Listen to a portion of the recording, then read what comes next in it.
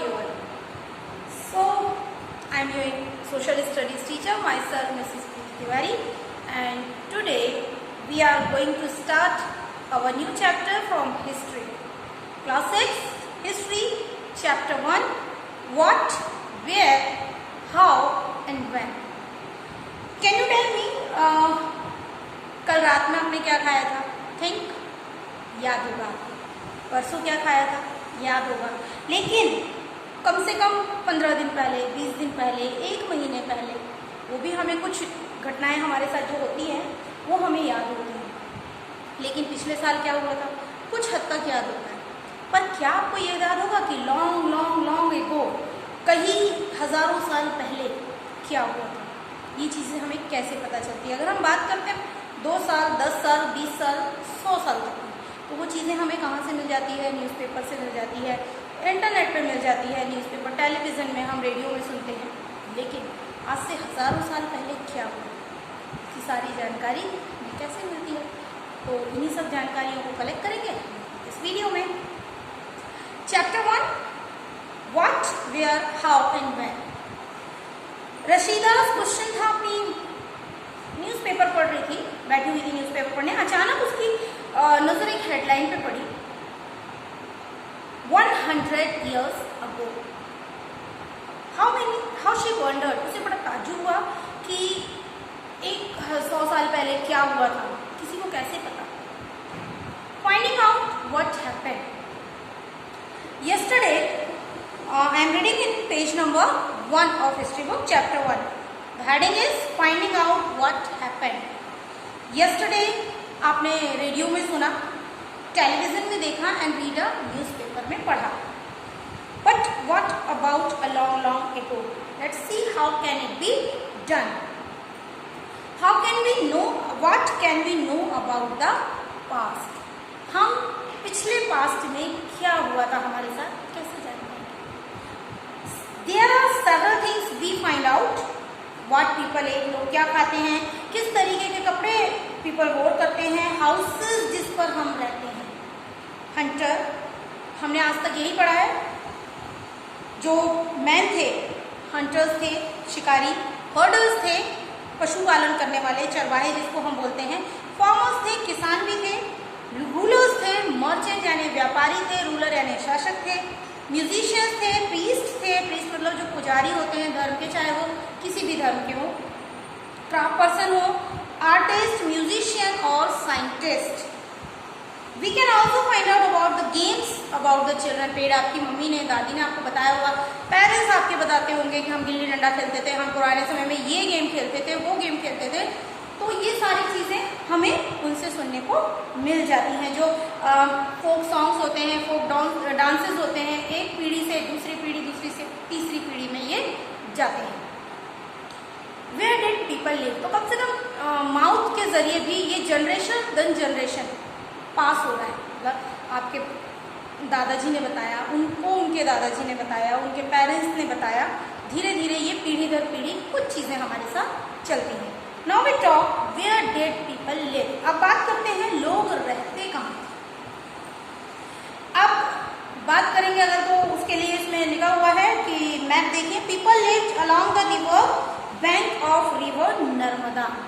नर्मदा नदी कहाँ से निकली है? नर्मदा नदी का उद्गम हुआ था अमरकंटक से, मध्य प्रदेश के यहाँ से, फिर ये इस तरफ की तरफ चलती है। अब नर्मदा नदी में आसपास में बैंक ऑफ रिवर, नर्मदा के किनारे कुछ सभ्यताएं पनपी थी। लोग वहाँ से आज से कई हजार साल पहले रहते थे। इसमें से कुछ गैदरर थे, गैदरर मतलब इकट्ठा करने वाले, जैसे फल फूल इकट्ठे कर रहे हैं, कुछ फ्रूट्स इकट्ठी कर रहे हैं, शिकार कर रहे हैं, तो ये गैदर करने वाले। गैदर करना मतलब एक साथ इकट्ठा करना। About the wealth of the plant, और वो जानते थे कि ये जो प्लांट्स हैं ये इनकी वेल्थ है, धन संपदा, जिसको हम वन संपदा भी कहते हैं। उनका भोजन जंगलों से ही पूरा होता था, वो जंगलों से ही चीज़ों को इकट्ठा करके अपना भोजन प्राप्त किया करते थे। Fruits, other produce of their food, forest और उनके produce. They also hunted animals, animals का वो शिकार भी किया करते थे। Now find out the Suleman and Kirthar hills. Suleman और करतार हिल्स हमारी कहाँ हैं? अगर हम देखेंगे तो इस एरिया में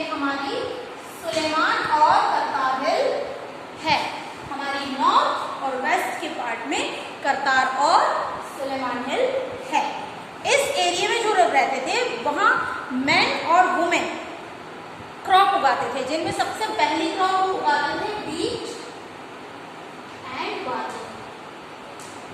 व्हीट और बार्ले की जो फसल थी वो ये लोग उगाते थे।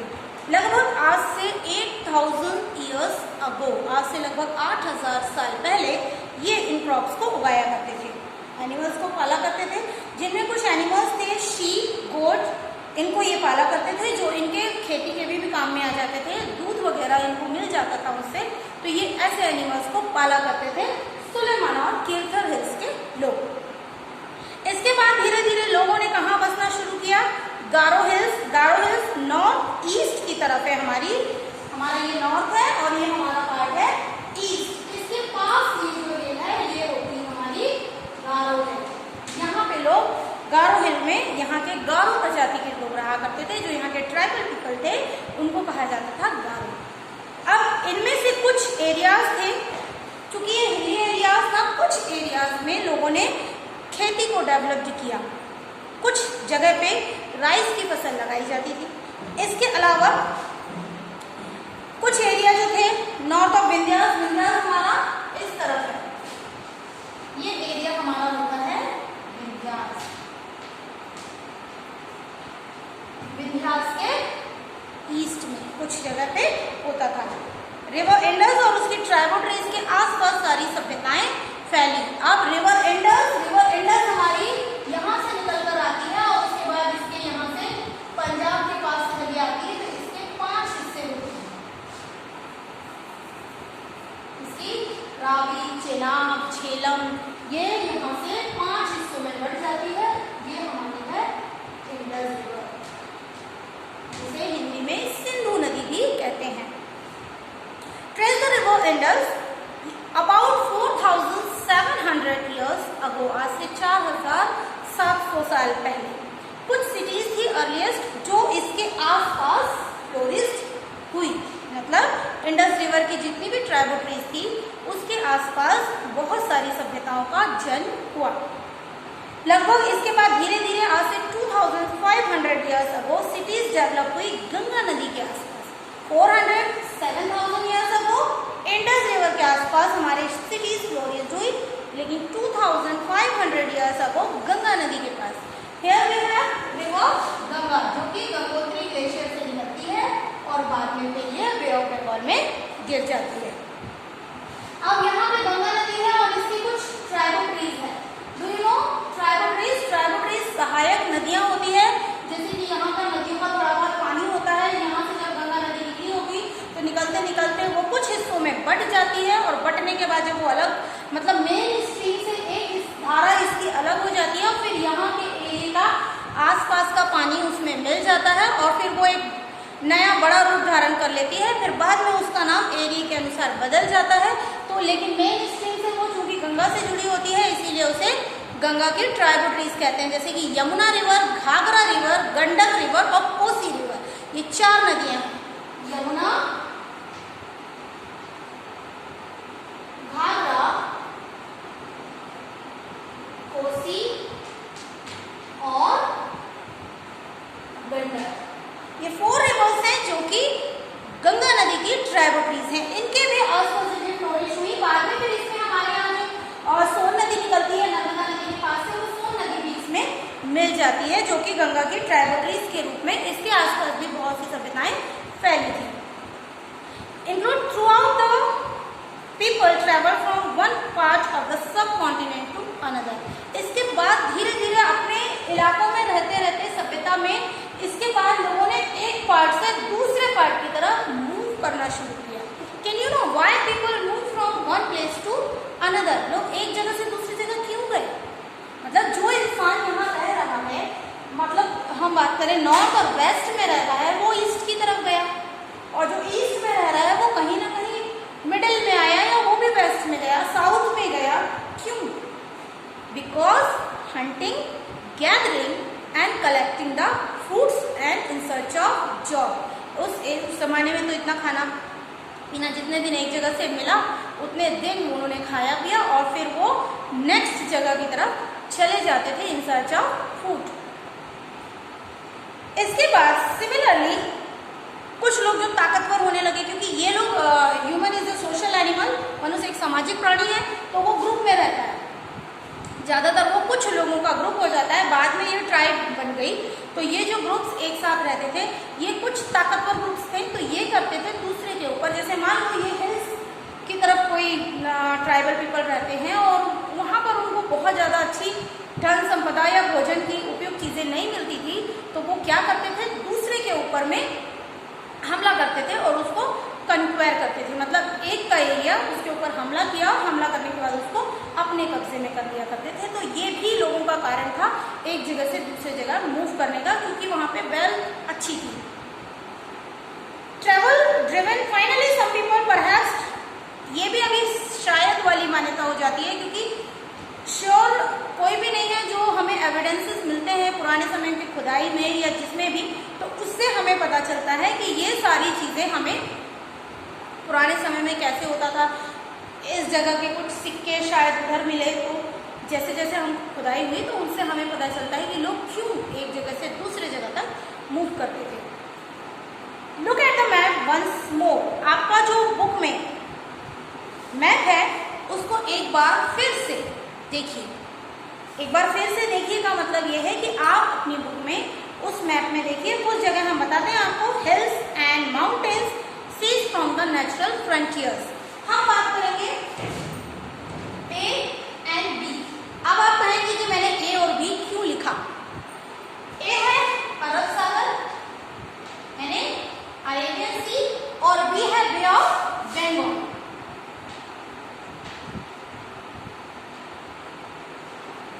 आप मैथ्स में एक सीधी रेखा खींचते हो ना, लाइन, उसमें हम देते हैं ए एंड बी। तो लेसन ये याद रखने का आपका तरीका है कि जब हमारा भारत इस तरीके का होता है तो आप इस तरफ ए में रखें अरेबियन सी एंड बी में रखें बे ऑफ बंगाल। तो ये आपके याद रखने के लिए अच्छा है कि किस तरफ आप अगर कंफ्यूज होते हैं डायरेक्शंस को लेकर, तो आप बता सकते हैं ए एंड बी, मतलब ए अरेबियन सी ए की तरफ है और बी में बे ऑफ बंगाल है। और रेखा जब हम शुरू करते हैं तो हम कभी भी लेफ्ट से ही नाम लिखना शुरू करते हैं, A and B. Can you remember this? Good, ये चीजें आपको याद रखनी है। And now once more hill and mountains. अब बात तो हुई अरेबियन सी और इसकी, हमें सभी को पता है ऊपर में हमारा ये जो एरिया है इसमें हमारे हिमालय है हमारा हिमालय। और अगर हम बात करते हैं इस तरफ हमारे यहाँ पड़ोसी नेशन सभी को पता है, नेपाल है, चाइना है, भूटान है, और इस तरफ भी कुछ रेगिस्तान इलाका है हमारा राजस्थान का। तो डिफिकल्ट होता था फ्रंटियर्स के लिए इस सब कॉन्टिनेंट में आना, क्योंकि हिमालय हमारा पहरेदार बनके हमारी रक्षा करता है। तो हिमालय के उस तरफ से इतनी ऊंची पहाड़ियों को क्रॉस करके आना बड़ा डिफिकल्ट था। लेकिन ह्यूमन बीइंग तो है, हर कठिनाई में अपने लिए वो समस्या का सोल्यूशन ढूंढ लेता है। तो उसने अपने लिए रास्ता बनाया ऊबड़ खाबड़ तरीके से, पहाड़ी रास्ते से, कठिनाई वाले रास्ते से। जैसे कि आज हमारी इतनी सारी सड़कें मिल जाती है देखने को और इतनी सारी चीज़ें मिलती है, तो उससे हमें पता चलता है कि हमने अपने इस्तेमाल के लिए, अपने यूज़ के लिए उसको कैसे चेंज किया। तो ह्यूमन ने भी मॉडिफाई किया। कुछ समुद्र के रास्ते से एक जगह से दूसरी जगह बोट वगैरह का निर्माण हुआ, तो समुद्र के रास्ते से एक जगह से दूसरे जगह चले गए। और कुछ पैदल रास्ते से कारवां में चलते थे, बैलगाड़ियों में चलते थे। और धीरे धीरे जब व्हील का इन्वेंशन हुआ तो उसके बाद इंसान एक जगह से दूसरे जगह मूव करने लगा। ये जो मूवमेंट था पीपल का, ये जो पीपल्स का मूव था, जो कि हमारे भारत में नॉर्थ से आए, हमारे भारत में वेस्ट से आए, हमारे यहाँ ईस्ट से भी कुछ लोग आए। इससे क्या हुआ कि हमारा जो कल्चरल ट्रेडिशन था वो बहुत रिच हुआ। मतलब ये कि लोग अपने साथ अगर आते हैं, अगर कोई हमारे भारत में साउथ इंडिया से कोई हमारे नॉर्थ में आता है, तो वो अपने साथ अकेला नहीं आता, अपना पूरा ट्रेडिशन लेकर चलता है। उसके पहनने का ढंग, उसके खाने का ढंग, वो जो डिशेस घर में बनाते हैं, जैसे कि हम इडली सांभर दक्षिण भारत की डिश है, डोसा वगैरह, हम उसको नॉर्थ में बैठ के खाते हैं। और नॉर्थ के कुछ डिशेज हैं, पंजाब में अगर हम बात करेंगे तो मक्के की रोटी, सरसों का साग, वहाँ का भोजन है जो वो स्टेपल डाइट है, और वो डाइट हम दक्षिण भारत में भी खा सकते हैं। तो वो अपने साथ अपना भोजन, अपनी पूरी सभ्यता लेकर चलता है, ये नहीं कि वो अकेला आ गया। तो जब पीपल मूव करते हैं तो सभ्यताओं का आदान प्रदान होता है, एक जगह से दूसरी जगह अपनी सभ्यता जाती है, अपने रहने का ढंग जाता है, अपने खाने पीने का ढंग जाता है, अपना व्यापार करने का तरीका जाता है, और अपने साथ में अपनी जो हम चीज़ें लेकर जाते हैं, जैसे सिक्के, कुछ मूर्ति बनाने की कला, कुछ मंदिरों का निर्माण करने की कला, घर बनाने का ढंग, सब जगह अलग अलग होता है। दक्षिण भारत में चले जाएंगे, दक्षिण भारत के मंदिरों की कला, उत्तर भारत के मंदिरों की कला, थोड़ी सा उसमें डिफरेंस होता है, लेकिन कहीं ना कहीं हम उसके साथ सिमिलैरिटी कर सकते हैं और अपनी सभ्यता लेकर पूरे इसमें चलते हैं। उनके कुछ जगह तो मूर्ति बनाने की कला होती है, इवन पेंटिंग्स की भी। ऑयल पेंटिंग पहले हमारे यहाँ नहीं होती थी, बाद में फिर जब मुगल्स आए, बाहर के लोग आए, तो इन्होंने ऑयल पेंटिंग भी लेकर आए। कुछ लोग अपने साथ अपने गीत लेकर आते हैं, गाने, फोक डांसेस, एक जगह से दूसरी जगह डांस वगैरह घूमते हैं कि नहीं, हम पूरे वर्ल्ड में मूव करते हैं तो हमें पता चलता है कहाँ क्या हो रहा है। और even cooking foods and several 100 of year, और ये एक दिन में या एक साल में नहीं आता है, ये कई 100 साल, 500 साल या हजारों सालों में ये जो सभ्यता है मूव करके हमारे भारत में आती है, और फिर वो धीरे धीरे हमारे में ऐसे मिल जाती है कि जैसे वो हमारा एक अंग बन जाता है, मतलब हम उनके बिना सर्वाइव नहीं कर सकते। Dear student, enough for today. In our next video I will explain our rest of the chapters portion. So keep enjoying in your home, read the chapter again, see the map of the page number 1,